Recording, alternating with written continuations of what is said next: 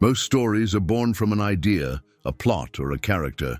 But Middle-earth, it was born from something much deeper.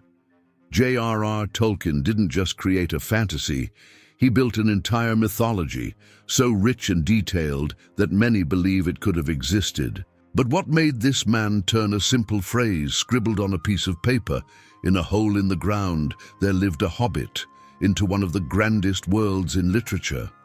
And more importantly, what can we learn from that process? Tolkien didn't write The Lord of the Rings with the aim of chasing success. In fact, if it were up to him, many of his writings would never have seen the light of day. He spent decades refining every detail of Middle-earth, creating languages, histories, and cultures that intertwined like the roots of an ancient tree. While other authors craft plots and then fit the world around them, Tolkien did it the other way around. He built the world first, then let the stories naturally emerge from it. This approach not only made his work stand out, but it also teaches us something fundamental about creativity, persistence, and the depth in building ideas. But here's the detail nobody tells you. Tolkien never finished his creation. Yes, even after publishing The Hobbit and The Lord of the Rings, he continued expanding, adjusting, and rewriting his mythology. He didn't see his work as something static, but as a living organism, always evolving. And perhaps that is exactly what makes his creation so fascinating. The fact that there is always something new to discover, always a mystery waiting to be unraveled. Now the question remains, how did this man, a philologist passionate about ancient languages, manage to transform a simple hobby into a legacy that spans generations? And what can we learn from him? The answer lies in the details, in the inspirations, and in the challenges that shaped his journey. And to understand that, we need to go back to the beginning, all the way to 1914, when a young Tolkien began sketching the first seed of what would become Middle-earth. J.R.R. Tolkien's story begins long before The Lord of the Rings, even before any draft of Middle-earth came to life on paper. In 1914, a 22-year-old young man wrote The Voyage of Eärendil, the Evening Star, a poem that, unbeknownst to him, would be the seed of one of the richest and most complex worlds in literature. But look, Tolkien wasn't just a writer. He was a language architect, a mythology builder. Since childhood, he played with phonemes, inventing entire languages as if putting together a puzzle. This wasn't just any hobby, it was an obsession. And like every great creator, he didn't see the world only for what it was, but for what it could be. They say great ideas arise in the most unexpected moments, and with Tolkien, it was no different. While many young people his age were preoccupied with the present, he immersed himself in ancient languages, forgotten myths, and stories yet to be told. His passion for philology, the study of the evolution of languages, wasn't merely theoretical, it was visceral. He wanted not only to understand languages, but to bring them to life. And for that, he needed a world where those languages were spoken.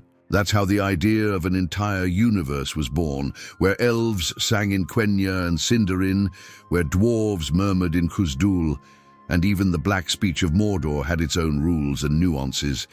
Imagine the impact of that.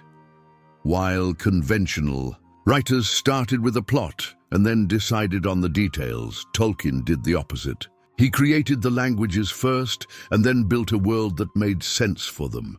If you stop to think about it, it's completely counterintuitive, yet incredibly logical. After all, in reality, languages shape cultures, not the other way around. Look at English, for example. Our expressions and slang reflect our way of seeing life. The same happens in Middle-earth. This means that when you read about the elves, you're not just meeting characters, you're entering an entire civilization with deep linguistic and cultural roots. This unique approach made Tolkien different from any other fantasy author. He wasn't writing merely for entertainment, he was constructing mythologies. Just as ancient peoples created their own epics, like the Iliad and the Epic of Gilgamesh, Tolkien wanted to give England something it lacked, its own mythology. And for that, he couldn't just invent loose stories. He needed to create something grand, something that felt real with history, depth, and coherence. And of course, that work took time, a lot of time. But every detail, every word chosen with care, every elvish poem was worth it. What many don't know is that Tolkien wasn't just writing these tales out of passion. He felt he owed it to the world. For him, stories were more than mere narratives. They were portals to something greater. But life has a curious way of testing even the greatest visionaries, and before he could expand his Middle-earth, Tolkien was thrust into one of the darkest periods in history, World War I. And it was there, amidst chaos and destruction, that the seed of the legendarium began. To take deeper root, war has a cruel way of shaping men. In 1916, J.R.R. Tolkien, now a young British officer, was thrown into the hell of the trenches during World War I. Picture it, knee-deep in mud, constant explosions, the smell of gunpowder and death in the air. His friends, those with whom he had shared dreams and ideas at university, fell one by one. That period not only marked him deeply, but left invisible scars that would later intertwine with the mythology of Middle-earth. After all, how can one describe epic battles between good and evil without having witnessed the brutality of war up close? It was amid that chaos that Tolkien contracted trench fever, an infection transmitted by lice that attacked soldiers like a plague. This temporarily removed him from the front and, ironically, may have been his saving grace. While he was recovering, he began writing the first fragments of what would become the Silmarillion. What many don't realize is that the war not only gave him time to write, but also deeply influenced his stories. Think of the devastated battlefields of Middle-earth, the desolation of Mordor, the destruction of Gondolin, the war between elves and orcs. All of these echo the horrors Tolkien witnessed, but the influence of the war goes beyond the settings. It also shaped the characters. Frodo, Sam, and the other hobbits represent ordinary soldiers, simple people thrust into a conflict they didn't choose, but from which they cannot escape. And anyone who has read The Lord of the Rings knows war doesn't end when soldiers go home. Frodo returns to the Shire, but he is never the same, just like Tolkien, who carried the ghosts of war for the rest of his life. The difference is that instead of letting those shadows consume him, he transformed them into art. That trauma also influenced his view on power and corruption. Take the One Ring, for example, an object that seduces, that slowly consumes its bearer until they become unrecognizable. For a man who saw officers driven mad by power, who witnessed leaders making catastrophic decisions out of pride, this wasn't just fantasy. It was a metaphor for reality. War not only destroys physically, but also corrupts from within. And Tolkien understood that better than anyone. But not everything about war was despair. Amid the shadows of destruction, Tolkien found something essential for his legendarium: friendship. That brotherhood among soldiers, the sense of loyalty and mutual sacrifice, was captured in the relationship between Frodo and Sam, Aragorn and his companions, the Fellowship as a whole. Because in the end, war isn't only about battles and losses. It's also about those who, against all odds, stick together until the very end. And it was with that spirit that Tolkien returned home, determined to transform his experiences into something greater. And thus, The Hobbit was born. No one imagined that a simple phrase scribbled on a piece of paper would change fantasy literature forever. One day, while marking proofs, J.R.R. Tolkien wrote almost without thinking, "In a hole in the ground, there lived a hobbit." That little moment of inspiration was the first step in creating The Hobbit, a book that, at first, had no direct connection to the grand mythology he had been developing in the Silmarillion. The intention was simple: tell an adventure story for children, with touches of humor and fantasy. But as with every great creation, that little story soon began to grow beyond expectations. Bilbo Baggins's journey, a reluctant hobbit who finds himself swept up in an adventure full of dangers and wonders, won readers of all ages. But what few realized at the time was that the book carried deep elements of Middle-earth, albeit subtly. Creatures like elves, dwarves, and dragons were already part of the world Tolkien had been building for years. Smaug, for instance, wasn't just any dragon. He was inspired by the great beasts of Norse myths like Fafnir, and carried within him the essence of evil disguised as majesty. The success of The Hobbit was so overwhelming that publishers soon asked for a sequel.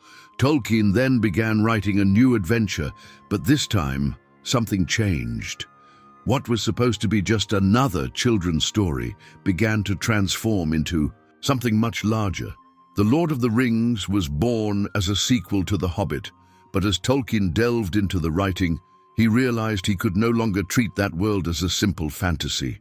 It was time to bring forth the full weight of his mythology. The tone of the story shifted, the characters grew more complex, the challenges darker, and the plot deeper than anything he had written before. The major turning point came when Aragorn entered the story. Initially, he was just a mysterious character, but soon Tolkien realized that Strider was much more than a mere traveler. He carried a legacy, a lost lineage, and his story was directly connected to the ancient kings of Númenor, who, in turn, were tied to the creation of his mythology. That's how The Lord of the Rings became more than just a book.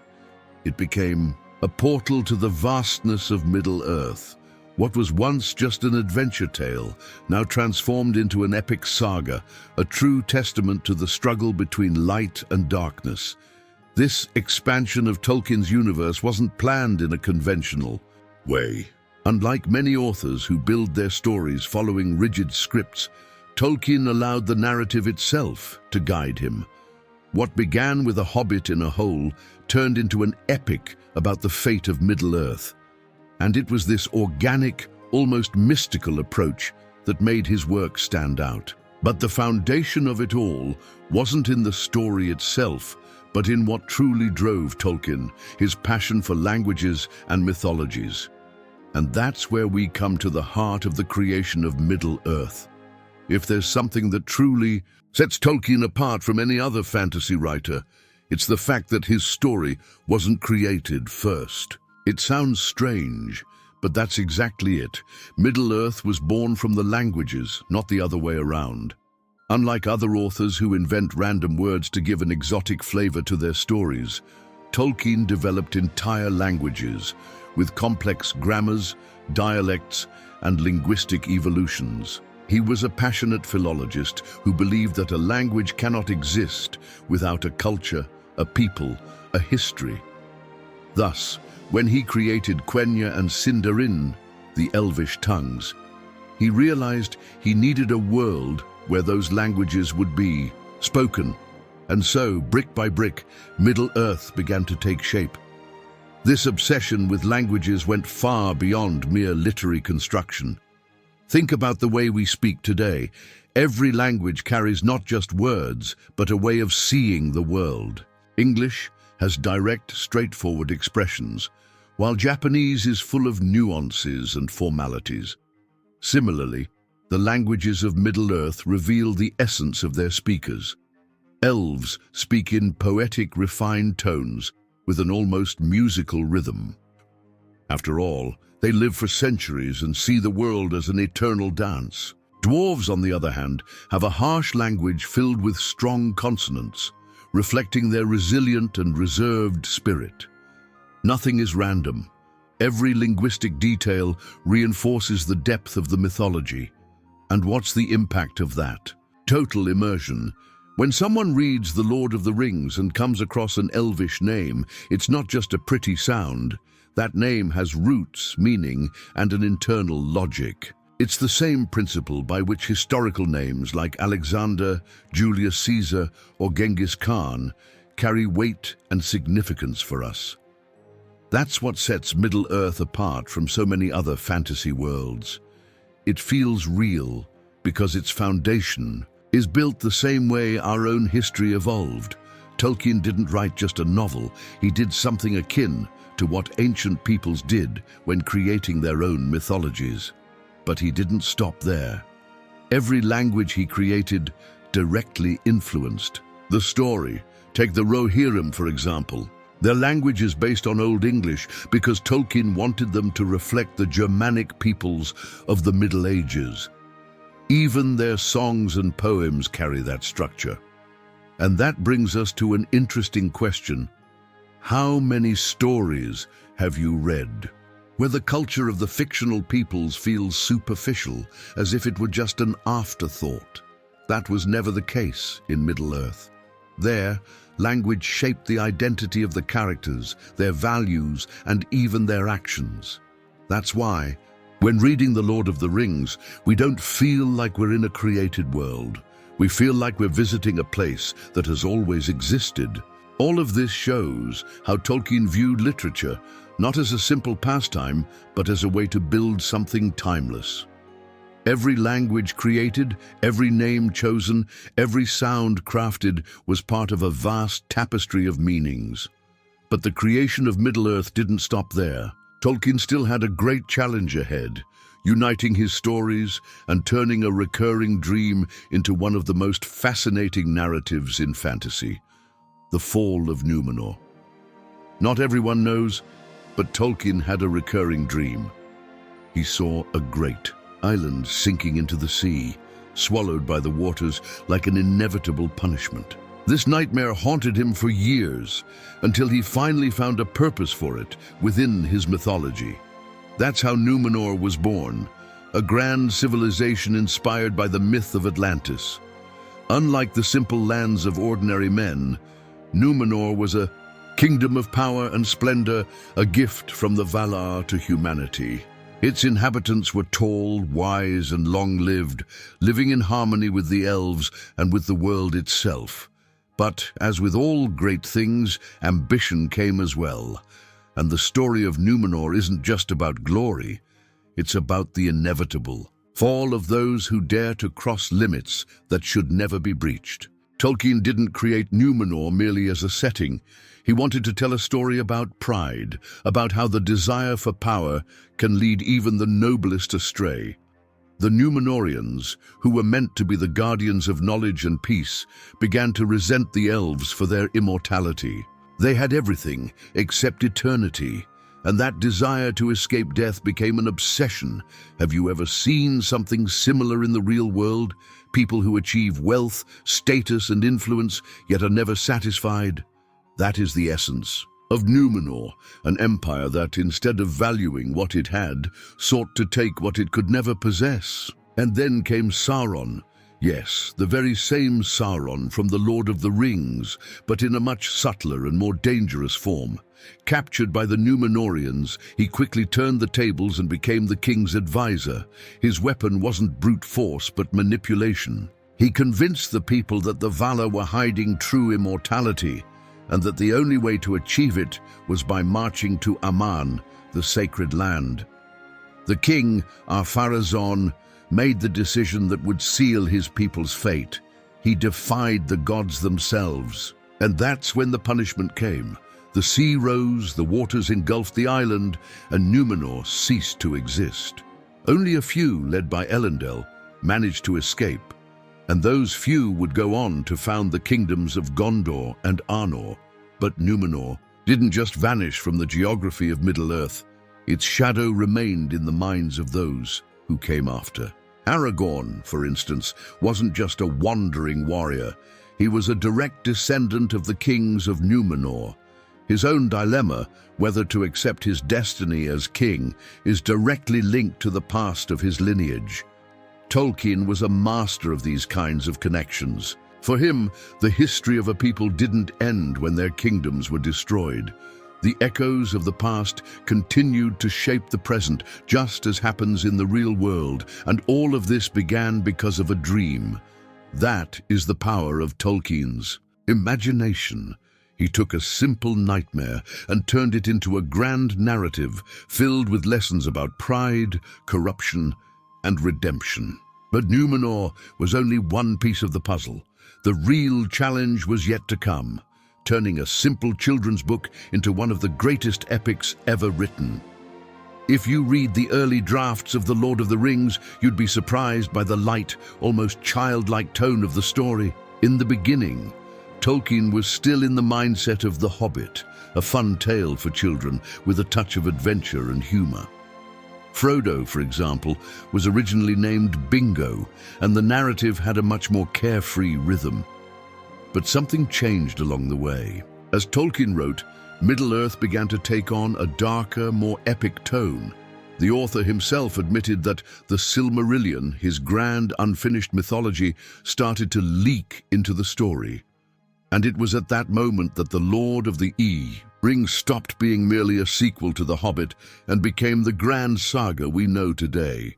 And it all started with the arrival of Aragorn. In the beginning, he was just a mysterious character called Trotter, who even wore wooden shoes. Yes, wooden shoes. But as Tolkien developed his story, he realized that that traveler was much more than a mere supporting character. He was the last heir of a long-forgotten lineage, a descendant of the kings of Numenor. And it was with that change that The Lord of the Rings ceased to be just a fun journey and became a story of destiny, sacrifice, and redemption. Tolkien realized he was dealing with something far larger than he'd imagined. Middle-earth wasn't just a backdrop. It was a living world, full of history and tragedy. Another essential point in this transformation was the One Ring itself. At first, it was just any magical ring without significant narrative weight. But as Tolkien wrote, the ring became the centerpiece of the story. It came to symbolize the burden of power, the temptation that corrupts even the noblest. This added a new layer of depth to the plot. The Lord of the Rings wasn't just about an adventure, it was about inner struggle, about characters being pushed to their limits, about the danger of unbridled ambition. The ring stopped being a simple object and became a powerful metaphor, and this shift in tone affected everything. Whereas the story used to be more playful, now it carried weight. The characters began to face tough choices, irreversible losses. Gandalf was no longer just a wise guide. He became an archetypal mentor who bears the weight of destiny on his shoulders. Frodo transformed from a merely adventurous hobbit into a tragic character, someone who would never be the same again. This maturation in the narrative made The Lord of the Rings stand out from any other fantasy of its time. But Tolkien's writing never followed a fixed script. He didn't plan every detail before he began. On the contrary, he discovered the story as he wrote, letting himself be carried along by the organic connections that emerged. And it was this approach that made his work so rich and unexpected. The path he took to transform his story was long and filled with revisions, yet that never stopped him from continually expanding his mythology. Even after finishing The Lord of the Rings, he knew his work on Middle-earth was far from over. J.R.R. Tolkien's great work wasn't The Lord of the Rings, at least not in his own eyes.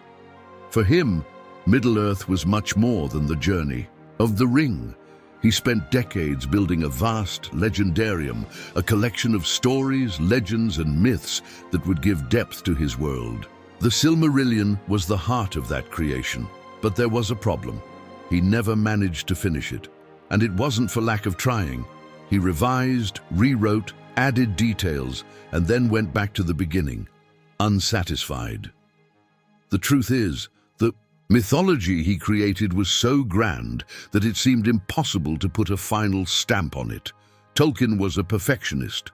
He didn't just want to tell stories, he wanted them to sound as if they were real, as if they had been passed down through generations. And that pursuit of perfection prevented him from finishing the Silmarillion in his lifetime. For any other author, that would have been a problem. But in Tolkien's case, this obsession with details resulted in an absurdly rich world, where every name, every lineage, and every song has a reason to exist. When you read about the first age of Middle-earth, you feel like you're diving into something ancient, as if you were studying the myths of a forgotten civilization. And that's when Christopher Tolkien, his son and literary heir, stepped in. After his father's death, Christopher dedicated his life to organizing the manuscripts, notes, and unfinished drafts to bring the Silmarillion to the public. He didn't just edit the material, he also had to make tough decisions about what to include and what to leave out. What few know is that many stories from the Legendarium were published posthumously, such as Unfinished Tales and the History of Middle-earth, a 12-volume collection that shows the evolution of Tolkien's stories over the years. And that raises an interesting question. Does Middle-earth have a closed canon? The answer is no. Unlike many fantasy works with a strict set of rules, Tolkien's mythology was always in constant evolution. Different versions of certain events, different perspectives on the same occurrence. This makes Middle-earth feel even more authentic. After all, the history of our own world works the same way. Greek myths, Arthurian legends, ancient stories from various cultures have always had variations. Tolkien did the same with his work. This incompleteness, far from being a flaw, is one of Middle-earth's greatest strengths. It remains alive because there are still mysteries, still gaps to be filled. Readers can dive into Tolkien's writings and discover new connections, new interpretations, and that is one of the reasons his work continues to fascinate generations. But if Tolkien's mythology doesn't follow a conventional model, what exactly makes it so unique in literature? This brings us to the final great point of this journey. What makes Middle-earth so different from any other fantasy world? The answer lies in the very essence of J.R.R. Tolkien's work.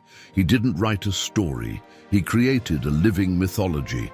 While other authors structure their narratives around plots and characters, Tolkien did it the other way around.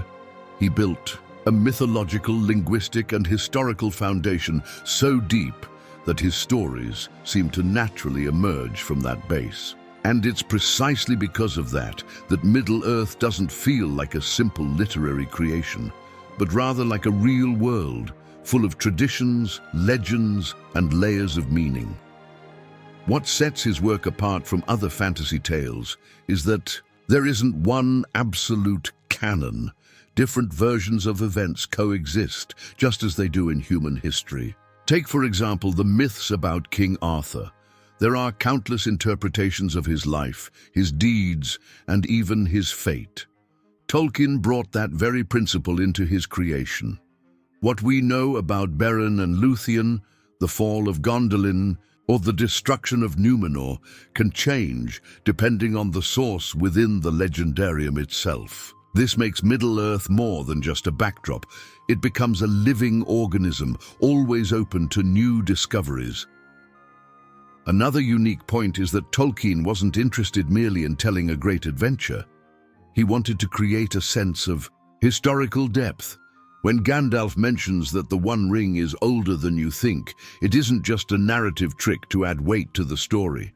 There's a vast context behind it, with thousands of years of events, peoples, and conflicts that shaped the present of Middle-earth. The reader feels that depth, even without knowing every detail. It's like visiting an ancient city and realizing that every stone, every ruin, carries layers of history. And perhaps Tolkien's greatest contribution was proving that fantasy doesn't have to be childish or superficial. Before him, many saw the genre as something lesser, lacking literary depth. But The Lord of the Rings changed that. Its level of complexity and its ability to touch on universal themes, friendship, sacrifice, corruption, hope, elevated fantasy to a level few thought possible. It's no wonder that so many writers, from George R.R. Martin to Patrick Rothfuss, Consider Tolkien an unsurpassable influence. The most impressive part? It all began as an exercise in love for languages and mythologies. Tolkien never planned to create a global phenomenon. He simply followed his passion and in doing so redefined forever what it means to build a fantasy world. But his story doesn't end there, because the true greatness of his work isn't just in what he created, but in the way it continues to inspire new generations to explore, imagine, and build their own worlds. If there's one lesson we can take from J.R.R. Tolkien's journey, it's that great creations take time. Middle-earth wasn't born overnight. It was built over decades, shaped by life experiences, passions, and even the traumas of war. Tolkien teaches us that true greatness lies in the details, in the patience to refine an idea until it becomes immortal. And if he could transform a simple linguistic exercise into one of the greatest epics in literature, what's stopping you from building something grand? But here's the question no one asks. Are you really willing to dive deep into what you create? Whether it's writing, art, business, or any project, Tolkien shows us that the difference between something ordinary and something extraordinary lies in the depth with which we commit ourselves to it. Do you want to create something memorable? Then stop looking for shortcuts. Build the foundations, work on the details, and let your creation grow organically. Middle-earth wasn't made to be an instant hit, and that's exactly what made it eternal. And now I want to know, which part of Tolkien's story impacted you the most? Have you ever thought about applying these principles in your own life? Leave your comment and tell me, what are you building today that could become a legacy tomorrow? If you enjoy this kind of content and want to keep exploring the depths of Middle-earth, subscribe to the channel and turn on notifications. That way, you won't miss a single video and will keep diving into the mysteries and brilliance of J.R.R. Tolkien.